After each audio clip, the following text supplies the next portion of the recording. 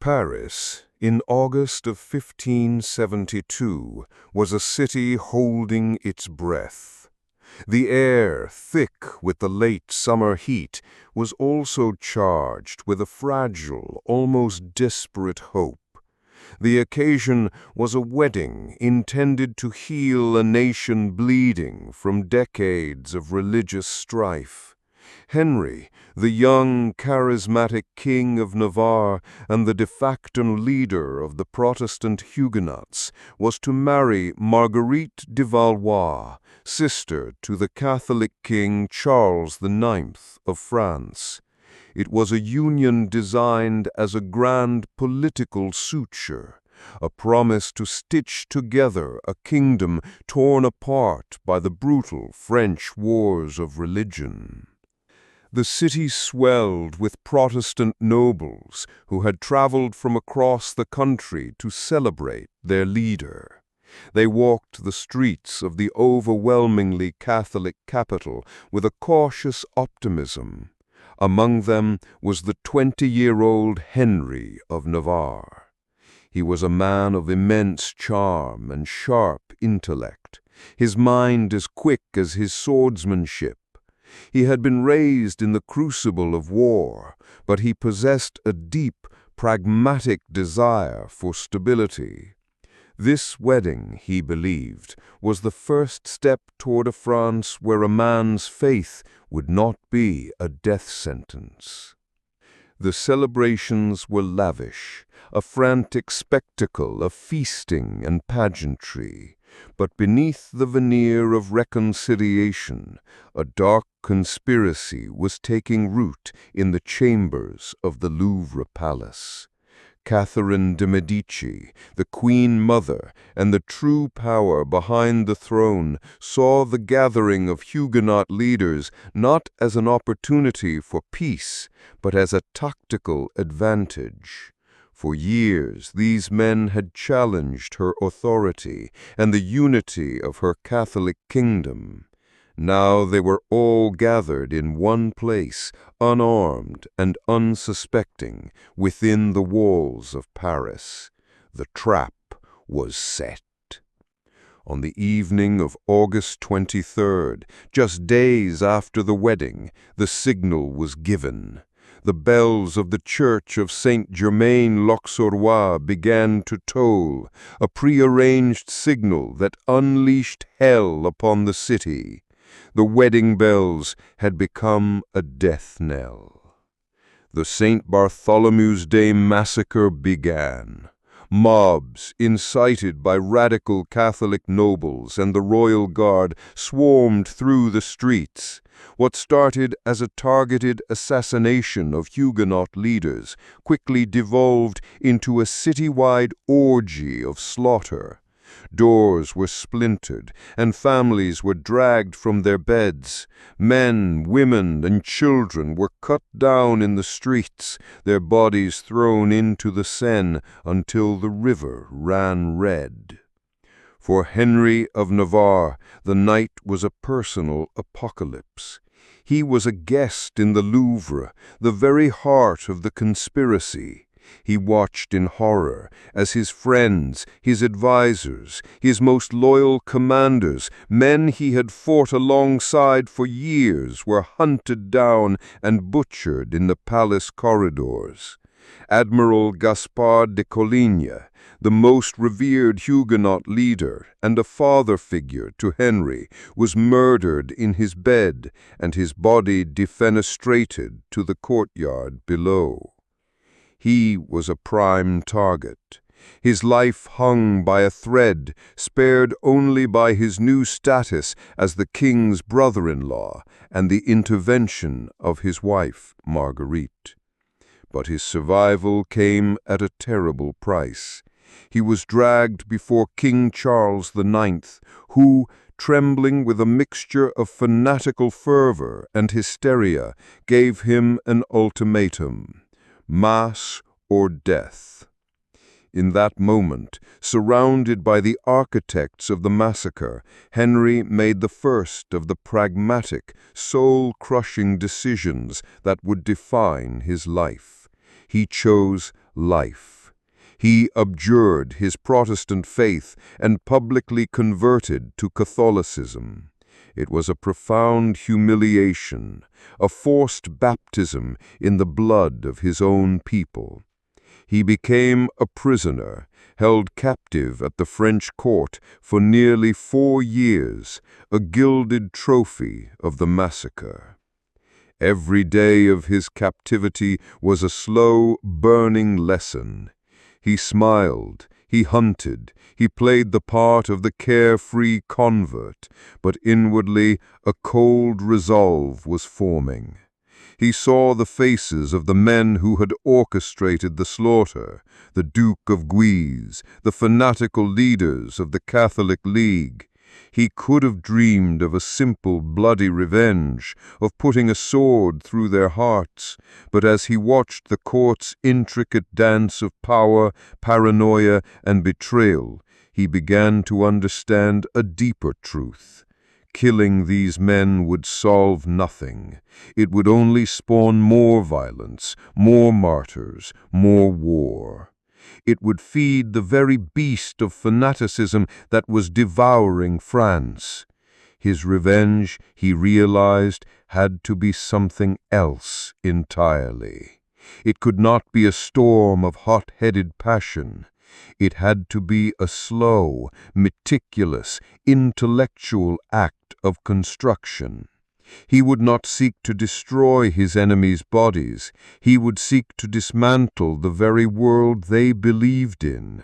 He would not just avenge the dead. He would build a future they had died to prevent.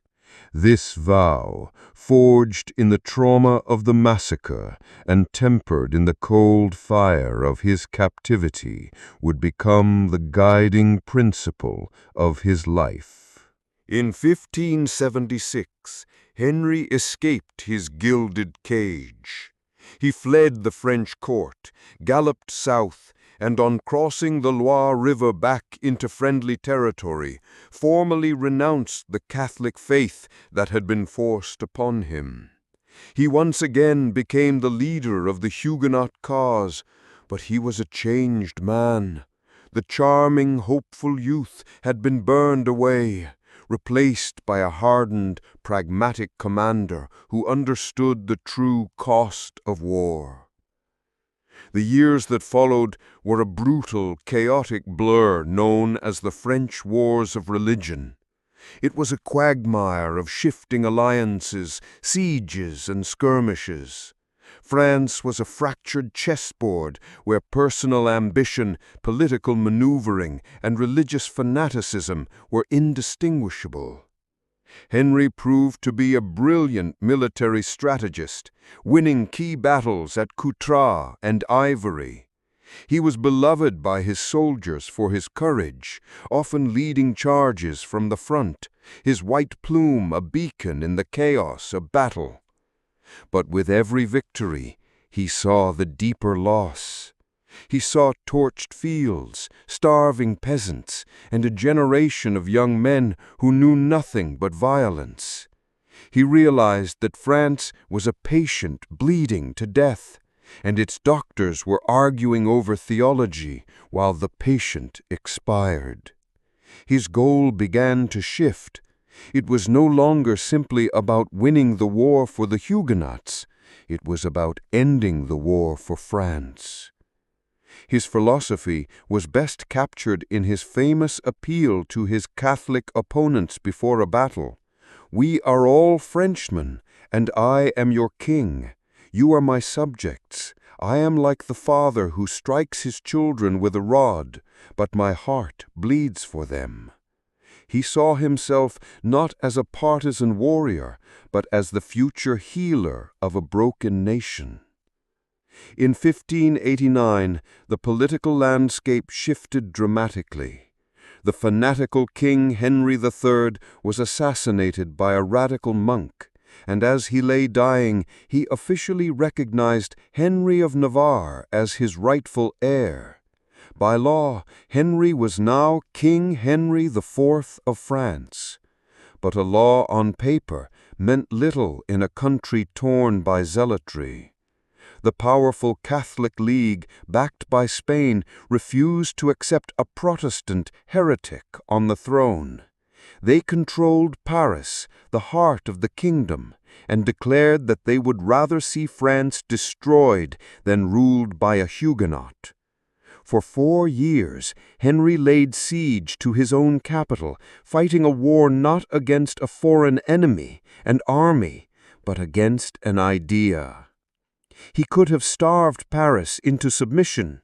He could have taken it by storm, unleashing his battle-hardened troops on the city in a bloody sack that would have dwarfed the St. Bartholomew's Day massacre. This was the ultimate temptation. Here was his chance for a conventional, brutal revenge. He could repay the Catholic League for the horrors of 1572 with fire and steel. His own Protestant commanders urged him to do so. But Henry resisted. To destroy Paris would be to destroy the very prize he sought. It would be a king inheriting a graveyard. He remembered the vow he had made to himself as a captive. His revenge was not to be destruction, but construction. And so he made his most famous and controversial decision.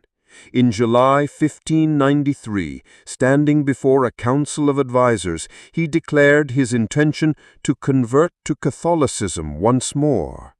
But this time, it was not the act of a terrified captive.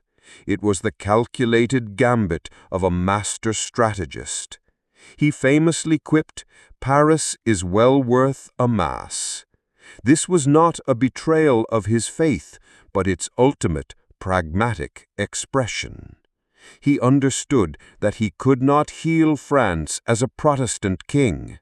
To save the country, he had to become the king of all the French. By converting, he disarmed the Catholic League of their primary weapon, their claim that he was a heretic. He was not surrendering to them. He was outmaneuvering them, taking away their reason for fighting. In March 1594, Henry IV entered Paris not as a conqueror, but as a king returning to his capital. The gates were opened to him without a fight. The common people, weary of war and starvation, hailed him as a savior. He moved through the city with an easy charm and a promise that resonated more deeply than any theological argument, a promise of peace and prosperity.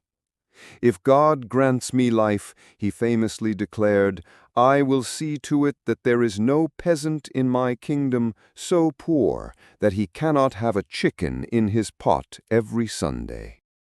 His enemies in the Catholic League were left impotent and bewildered. They had built their entire movement on resisting a Protestant king. Now, faced with a legitimate Catholic king who was beloved by the people, their cause crumbled into irrelevance. Henry treated them not with vengeance, but with a mixture of magnanimity and shrewd politics, buying their loyalty with titles and pensions. He understood that a reconciled enemy was more valuable than a dead one. But his great work, his ultimate intellectual revenge, was yet to come. For the next 4 years, he worked tirelessly to consolidate his rule and pacify the kingdom. And all the while, he and his advisers were drafting a document that would serve as the final definitive rebuke to the fanatics who had butchered his friends in 1572. In April 1598, he signed the Edict of Nantes. This was no mere truce. It was a revolutionary charter of religious and civil rights. The edict granted the Huguenots, his former co-religionists, the right to worship freely in certain parts of the kingdom. It gave them full civil rights, including access to public office and education. It established special courts with both Catholic and Protestant judges to ensure fair trials. It granted them control of some 150 fortified towns as a guarantee of their safety. This was Henry's checkmate. It was the culmination of a revenge plot that had been simmering for 26 years. His vengeance was not in the execution of his enemies, but in the codification of their defeat. The men who had orchestrated the St. Bartholomew's Day massacre had done so with the goal of creating a purely Catholic France, a nation purged of the heresy of Protestantism. Henry's edict did the exact opposite. It enshrined religious pluralism into French law. It forced the fanatics to live in a nation where their intended victims were now protected citizens with guaranteed rights. He did not kill them. He made them irrelevant. He defeated their ideology by building a France where it could no longer thrive. The Edict of Nantes was a masterpiece of statecraft. It was the ultimate revenge of a pragmatist. Henry had witnessed the very worst of religious hatred, and his response was to forge a legal framework for tolerance. He had seen his friends slaughtered in the name of God, and his revenge was to build a kingdom where men could, for a time, live in peace regardless of how they prayed. He became known as Good King Henry, a monarch remembered not for the battles he won, but for the peace he built. His legacy was not of conquest or retribution, but of healing and reconstruction. He had taken a nation on the brink of self-destruction, and through wisdom, patience, and a profound understanding of human nature, had laid the foundation for a new era. The quill pen with which he signed the Edict of Nantes was a far more potent weapon than any sword, and it delivered a revenge more lasting and more profound than any his enemies could have ever imagined.